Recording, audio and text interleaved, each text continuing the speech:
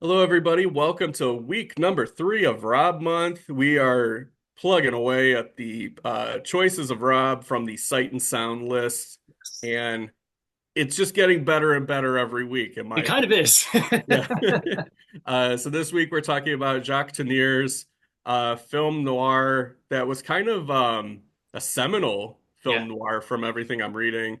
Out of the Past with Robert Mitchum, Jane Greer, and Kirk Douglas Douglas. in an early role. And I had never seen this before, and I would say I'm like a 7 out of 10 film noir fan. I'm not like a dyed-in-the-wool film noir guy. I wouldn't like I'm not Rosalie like an expert in Right. film noir, but I do enjoy myself a good film noir. And this is my takeaways from it are wow, what a well-written, well-directed, well-acted movie. Like everything about this movie is just humming. Mm. And then also, I love Robert Mitchum so much, and he's becoming one of my favorite classic Hollywood actors. He's so Okay. modern and so interesting, almost in like an idiosyncratic way compared to like the acting style and the filmmaking style of the time. Yeah, I just rewatched Sunset Boulevard, Double Indemnity, like for the Sight and Sound list for the same project.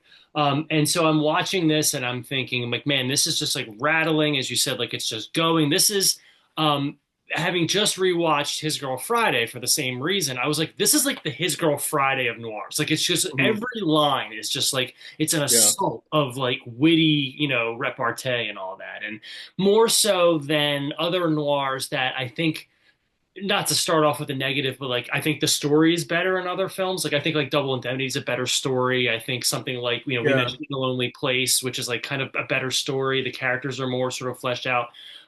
This This one, one's real plotty. it's real plotty and it's real repetitive in that way that like noir can be, because noir is meant to get real convoluted to the point where Mhm. you're not really even supposed to follow it. This one, I felt like in the like, if we're looking at like a five act structure, like in like acts like three and four, it got kind of repetitive a little bit.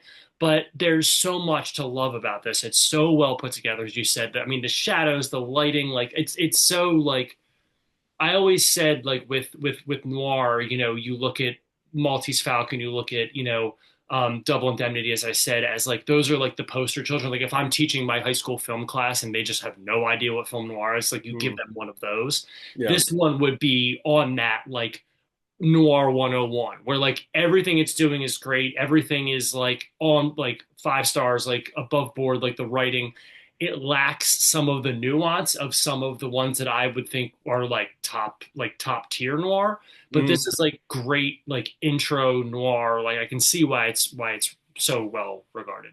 Yeah, yeah. I like, especially in these movies, just the collection of random characters that they have. Like there's it's like of course there's like a mute boy who's There's like yeah, the his kid, yeah. job is basically just to be the second hand lookout for Robert Mitchum, and they've got these great like henchman characters, and then there's these guys who are like just lurking in the shadows from their past and everything, just there to sort of as like a complication matter. This is one of the first movies that like from what I read, it sort of like codified the femme fatale. Oh yeah, Jane Greer is Yeah, amazing in this thing. yeah, and I don't know, and also just the thing about Mitchum is like I always want him to get what he wants. Sure. Maybe not in like Night of the Hunter, but like in Double Indemnity, which I think is a better movie, but Yeah, like Fred McMurray, I kind of want to see him like get his comeuppance he's such a douche. because he's such a douche. He's doing like Bruce Campbell in Army of Darkness. And I love the apartment so much. Yeah. So for me, Fred McMurray's always just an asshole. But yeah, no, in that movie also, he's Yeah. such a rube. You know what I Yeah. mean? Yeah, and then with Mitchum, whether it was like Holiday Inn, where it's like you want him to steal Janet Leigh Yeah. away, or like in this, you want him to like settle down with that nice country girl and everything like that. He has more of the bogey thing where he's got so much sadness in his eyes, and you Yeah. want better for him because he's been in the shit. You know what I mean? And you want him to be able to open up in ways that he's taught himself not to. Bogart like doesn't feel like a real person to me. Yeah, Like he's got good performances, don't get me wrong, and he's iconic, but like for some reason, like with Mitchum, I just feel like I can latch onto him very easily. sure. And with Preference. Bogart, it's almost like an artifice that keeps me a little bit at a distance. Yeah, I just think like again, just for I just rewatched Casablanca recently as Yeah. well. So like, and we talked about In a Lonely Place and some of his other great performances. Like, I don't know. I'm more of a Bogart guy, I guess. It's just me, just personal preference. You should watch You Murderer, the Tales from the Crypt episode with I the will. return of And Humphrey now I Bogart. will. It's not a good episode, but it's trying something, and I would love to hear your reaction to it. Absolutely. No, I want to ask you this because I like you know cat people. I've never seen I Walk with a Zombie. You've seen that, right? Yeah, I need to see it again. Okay. And I need to see The Leopard Man, which is I have another never Val seen. Lewton. I love cat people. Yeah. And Curse of the Demon is also phenomenal. That was in the late 50s that he did. So my question to you is, this is the one noir I know of that's like I like this one feels like a horror movie. Like I'm really interested in the idea of a horror direct, or I should say, a director that's very much known for horror Yeah. doing a noir. And I'm wondering, like, do you see like parallels there? Because they're two genres that lend themselves to each other. There is that inherent creepiness about noir, obviously, but there's like the atmosphere is so important in both genres. I'm wondering if you like saw connectivity there. I think more with cat people, Yeah. because there's a lot. The way he shoots women in particular, where it's sort of, it's almost like a kind of like a backlit thing, Yeah, or I mean the like, lighting is yeah, that was sort of consistent, and then just also the way he composes shots and the lighting and everything like that. It was consistent, definitely between, his early 40s work with cat people and the late 40s work with Out of the Past. I really would like to see I Walked with a Zombie again because yeah. the first time I saw it, I was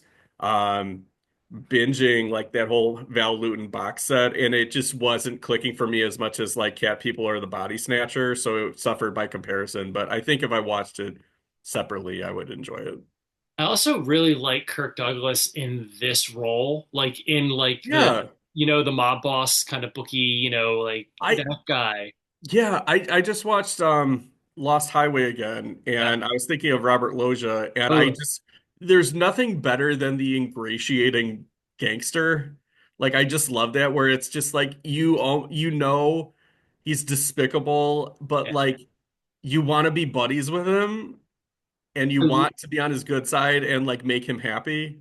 I love the scene where he brings Mitchum in, proposes the deal, and Mitchum's like, "Nah, I'm good." And he's like, "All right, cool. Let's go get breakfast. Here's the girl you're in love with. So Yeah, obviously you're fucked, and you're with me now. So we're gonna yeah. do this, right?" And he's like, "Yeah, I guess we're gonna do this, right?" And Kirk Douglas just keeps going on with his breakfast. He's like, "Yep, I know. We're moving on now."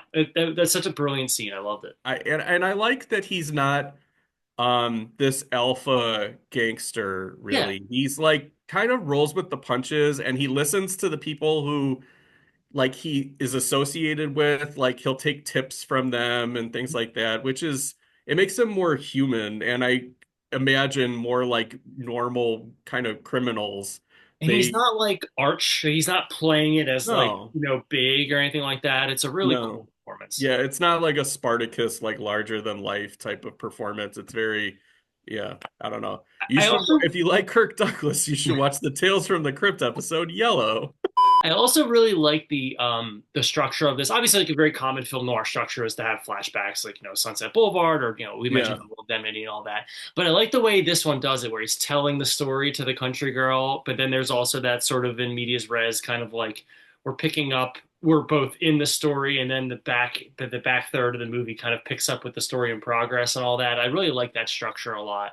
There is like maybe we shouldn't spoil the ending, I guess. I mean, it's a No. film noir, Yeah. you probably know how the movie's going to end, but the way that it approaches the ending is different than I've personally seen in a lot of those flashback sort of laden noirs where it's like kind of structured that way. So I like that as not quite an inversion, but just like an interesting way to do it. Yeah, it's definitely like a cruel to be kind Totally. button that they have at the end. It's neat. It's a good way to end the movie and I'm just yeah, I just love random characters like the mute lookout at the gas station. It's Yeah. just like, how did they meet? Like when did this happen? But yeah, and then I was definitely crushing on not Jane Greer, but on the main girl at the Yes. beginning I that he have to. wants to like have a normal life with. I was just like, yep, totally, I get it. I believe that's Virginia Houston. Is Anne is her name, Yeah, right? yeah, Yeah. it was yeah, Anne. Yeah. No, this was real good. Yeah, this is a good one. It's high on my list of reserved seating movies we've watched this year. Totally. It's right after Rudyard Kipling's The Jungle Book, which I don't say facetiously. I just think that movie's really I good. know you love that. Listen, you like that movie more than I do, but I'm glad you like it. I think It that's should awesome. be on the Sight and Sound list, is kind of what I'm saying. So we will be back with the last episode of Rob Month from the Sight and Sound list. What are we going to be watching? What are we going to be watching? You have to tell me. Playtime, directed by Jacques Tati. All right, yeah. I said Jock Junior because yeah. I don't mean to be like reductive, but this reminds me of like Art House Mr. Bean. Like that's kind of like Tati's deal. It's more elegant. It's All right, like a ballet Mr. Bean. I But love it. That's all I'm you have to looking say, forward to Nick. Playtime. I've never seen it before. Until next time, Until next time. Um, come back next week and see some Tatis. Sorry.